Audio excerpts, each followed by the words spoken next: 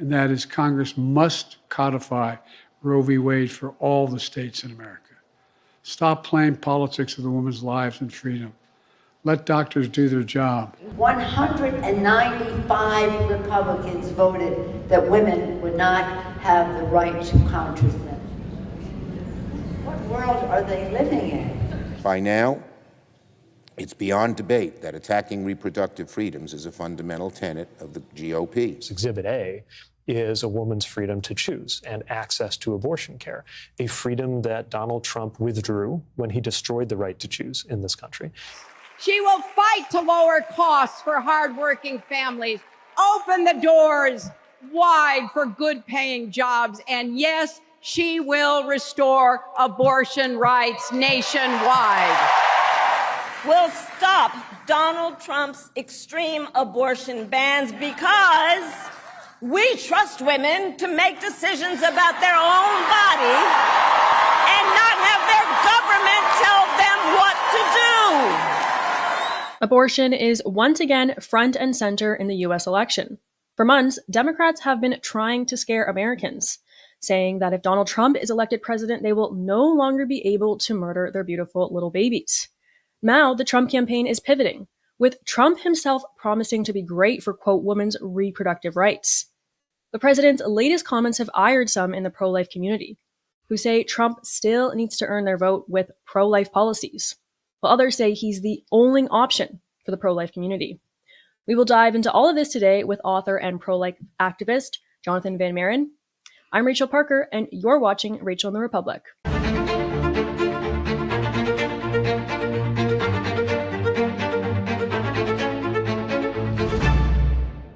Hi, Jonathon. Thank you so much for being here today. We're happy to have you. So I want to start off with just the basics. Let's start off with the Democrats. They have really been trying to make the abortion issue the wedge issue, which is what they always seem to do. Seems to happen here in Canada when they really have nothing else to go on, when the economy is doing bad under their governance.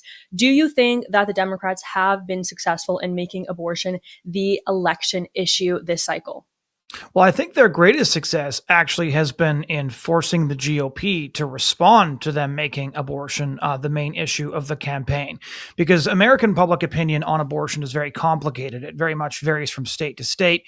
What we've seen with the last dozen abortion referendums is that most Americans are somewhat personally pro-life, but many of them are politically libertarian on the issue, which is why you're seeing the pro-life movement lose even by close margins in places like Ohio. Obviously, Florida is the really big race coming up in November. But the Democrats do not have a position shared by the majority of Americans. And in fact, that the current ticket is the most radical ticket that the Democrats have ever put forward on abortion. So Tim Walz actually signed legislation denying care to babies who have survived an abortion.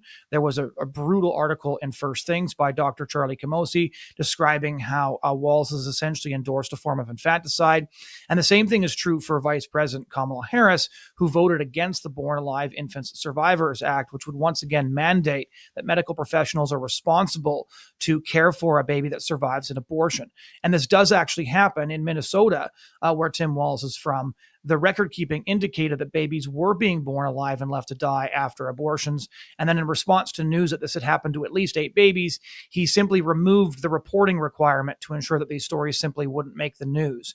And so where Trump was brilliant in 2016 is he was willing to actually describe particularly late-term abortion in really gruesome terms that were visceral and appealed to people, helped them to see what was going on. Whereas this time around, he seems to be responding to 2 of the most radical abortion candidates the Democrats have ever run by pivoting closer to their position instead of defining himself as fundamentally different.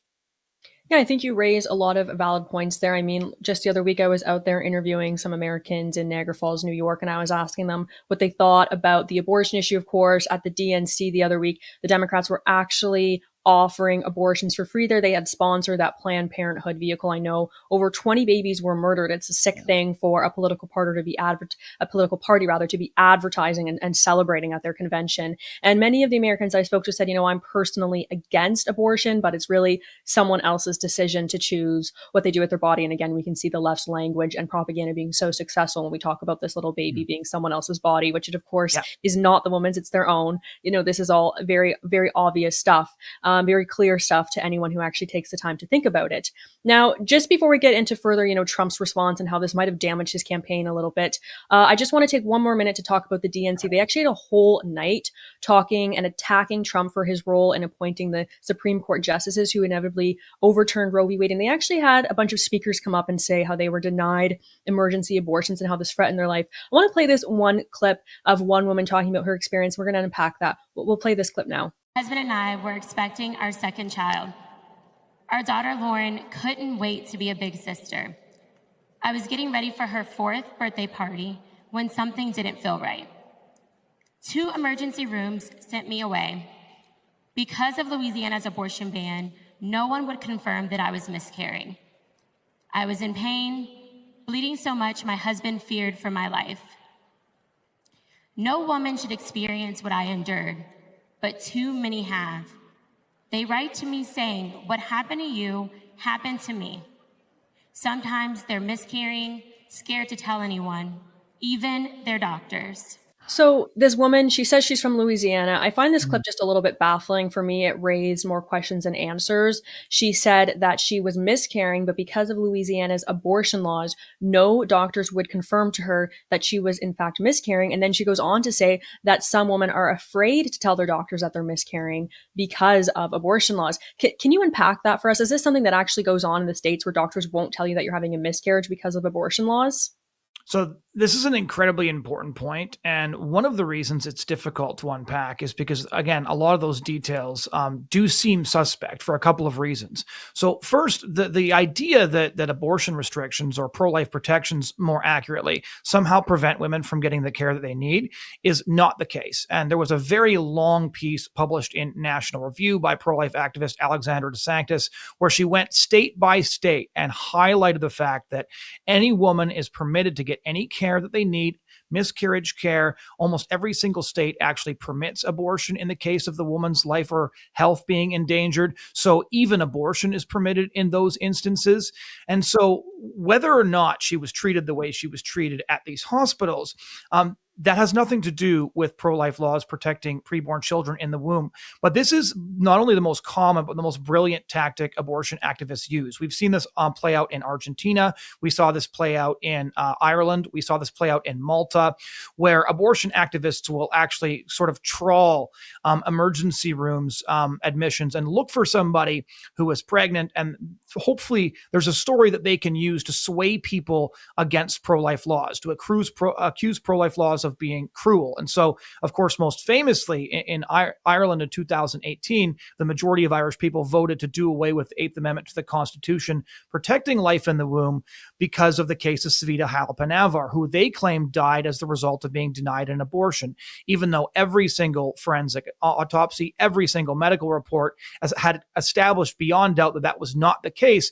It didn't really matter because, as Churchill said, a lie gets halfway around the world before the truth has a chance to get its pants on.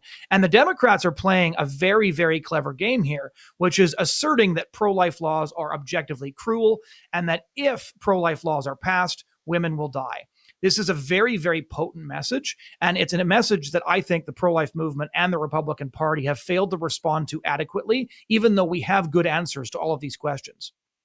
So when we talk about the pro-life community and the Republicans failing to respond to this adequately, what we instead saw following the DNC was Trump seeming to pivot his stance on abortion. J.D. Vance came out and said Trump would not support a national abortion ban if elected president, and he would actually veto such legislation if it landed on his desk. Then Donald Trump took to his platform, Truth Social, and wrote online and said, quote, "My administration will be great for women and their reproductive rights." And we see him using the language of the left there with the talk about women's reproductive rights and no discussion about the actual little baby. So what's your take on this? What has the response been from the pro-life community in the States since the Republicans came out with this stance on abortion, not allowing the national abortion ban? No, another great question, because I think context here is important, is that Donald Trump was a pro-choice New York liberal for most of his life. He changed his position prior to running for president, which was actually an indication of the power of the pro-life movement. My joke always was that in Canada, if you're pro-life and you want to become prime minister, you have to pretend you're not pro-life. In the United States, if you're a Republican and you want to become president, you have to pretend to be pro-life even if you're not. Whereas in Canada, you have to pretend the opposite, right? Andrew Scheer was pro-life, but he spent spent the whole campaign running away from it. And so the pivot that you're referring to is incredibly significant because it's the first time you have a Republican candidate claiming not to be pro-life and going to great lengths to establish his pro-choice credentials, using language, as you pointed out, like pro-choice. And so this is obviously a serious mistake for a couple of reasons, is that obviously what Trump is trying to do is appeal to pro-choice voters. He's looking at the polls that came out of a lot of the referendums last fall. There's, of course, more referendums coming up in November, and he's concluding that he needs to pivot to the left in order to win those voters. But the Democrats have the abortion vote locked up. But he may not have the pro-life vote locked up if he's not very careful, because the pro-life response has been interesting. There's three primary groups of pro-lifers and how they're responding to this. There's people who are MAGA first. And so there's a lot of people who would call themselves pro-life who are very, very angry at the pro-life leaders who are coming out and pushing back against this pivot. So you have a lot of pro-lifers, probably the most prominent and consistent of which is Lila Rose of Live Action, who are coming out and saying Trump is endorsing pro-abortion policies. He's running to the left on this issue. And really, really sadly, he's pivoting the GOP into a pro-choice party, which would mean the only political vehicle that the pro-life movement has could be gone if he was reelected on a pro-choice platform, which means the time to speak out and to push Trump into changing his mind and pivoting back is now, because there may not be another opportunity to do so. And the third category of pro-life leader is there's been quite a number of pro-life leaders who are simply deciding to sit this out and say nothing. Is they obviously want the Harris-Walz ticket to lose. The Harris-Walz ticket would be a disaster. At the same time, they know that they cannot sign off on the things the Trump-Vance ticket are saying. The Republican platform was bad enough because the pro-life plank that had been put in 1984 was pulled out. I interviewed one of the delegates to the RNC for First Things magazine, and essentially the Trump campaign railroaded social conservatives. They tried to keep most of them out of the deliberation process, and then they ramrodded the platform through without any days of deliberation. Usually it's 3 days of deliberation. Everybody was basically out on the sidewalk outside the RNC in Milwaukee after a single morning without any discussion permitted on the platform itself. So pro-lifers were first cut out of the process, but pro-life leaders were convinced that there was enough language in there that they could use to say this is supportable. But with every passing week, it appears the Trump-Vance ticket is clarifying their position and actually confirming the suspicions of a lot of people like myself that Trump is actually basically reverting back to the position he held prior to running for politics in the GOP. Just want to dive into sort of the pro-life movement in the States for a minute. You mentioned Lila Rose. I know that since she's come out with her stance and saying that she's been very disappointed in Trump's policy, which, as you mentioned, I mean, there's actually no pro-life party in the States. There's no party that's promoting pro-life policy. She's been sort of viciously attacked online with many people saying, you know, your organization, Live Action, stands to make more money with a Kamala Harris government. And I think in that sense, it seems like perhaps the Democrats' decision to make abortion the election issue, to make it the wedge issue, has in some regards been successful, just in the fractures that we're seeing within the Republican Party. What's your take on that?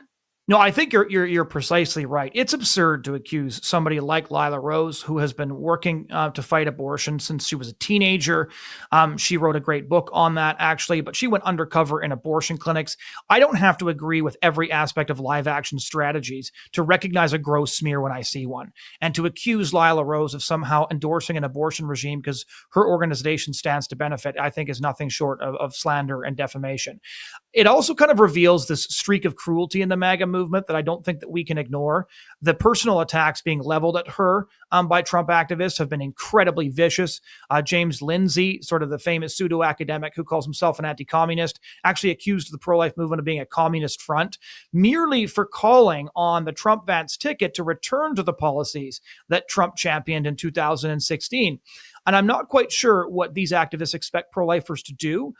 We work on one issue, and that is the protection of preborn life in the womb. We genuinely believe that there is no issue more important than that. If we are, in fact, killing thousands of babies in the womb every day, this is not an issue we can merely agree to disagree on. Nobody's saying do not vote for Trump. What they're saying is that if Trump needs pro-life votes, pro-lifers need to hold him accountable and to stop this slide to the left, because only we can stop that slide to the left, because it appears that the Democrats are pulling him in that direction. So you're kind of seeing a lot of different conservative activists, and you're seeing what they value the most. Is it political victory, and at what cost?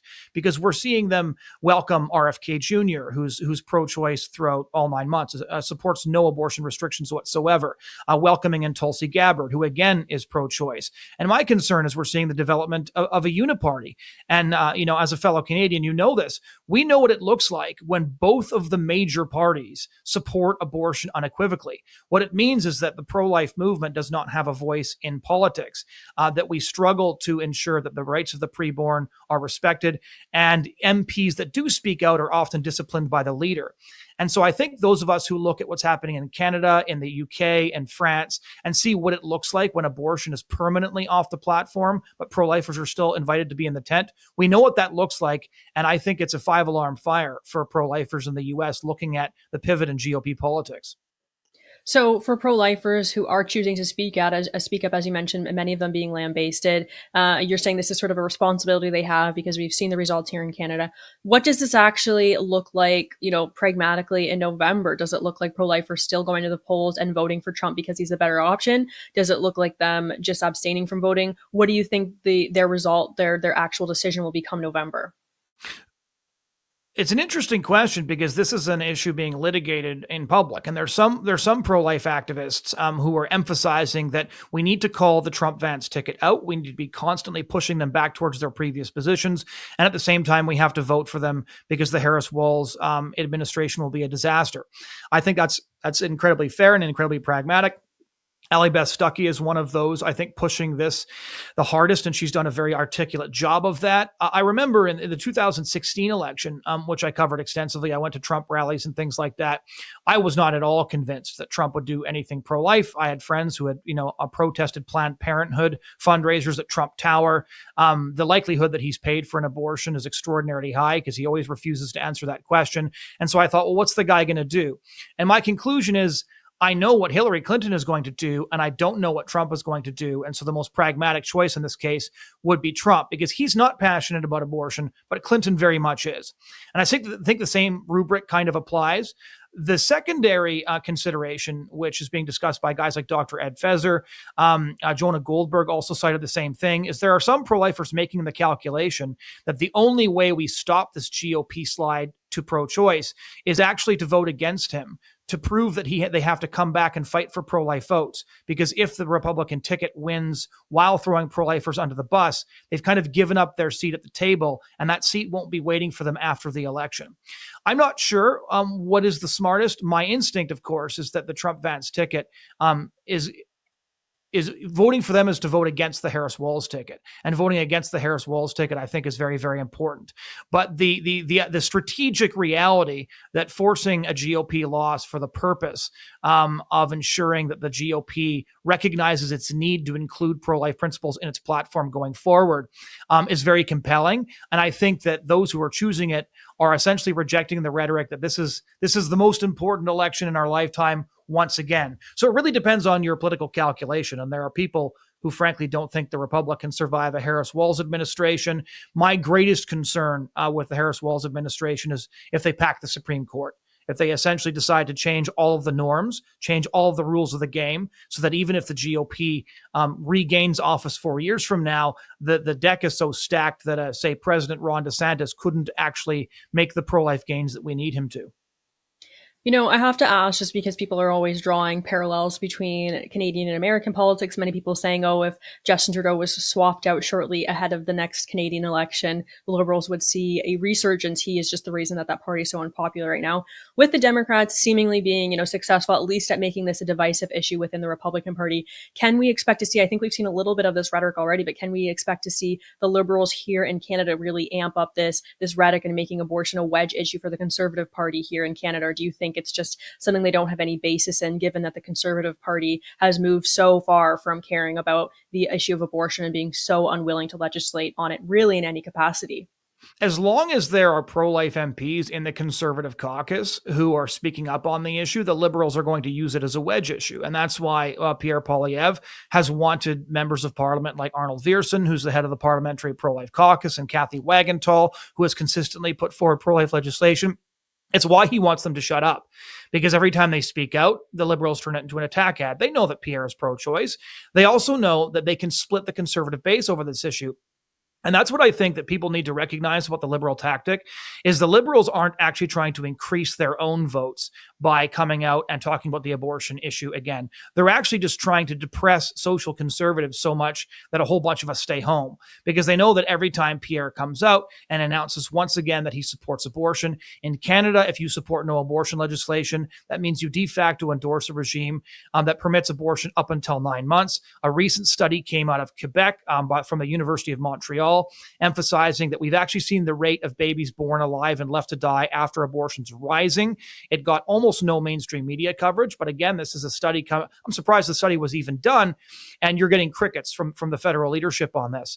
And so Trudeau will bring it up in the hopes that folks like ourselves and maybe a lot of your listeners are going to get so sick and tired of hearing Pierre defend the indefensible that we're going to decide to vote third party and stay home. So I think that Trudeau and the Liberals are going to lean hard into this as a way of splitting the Conservative base rather than maximizing enthusiasm in their own.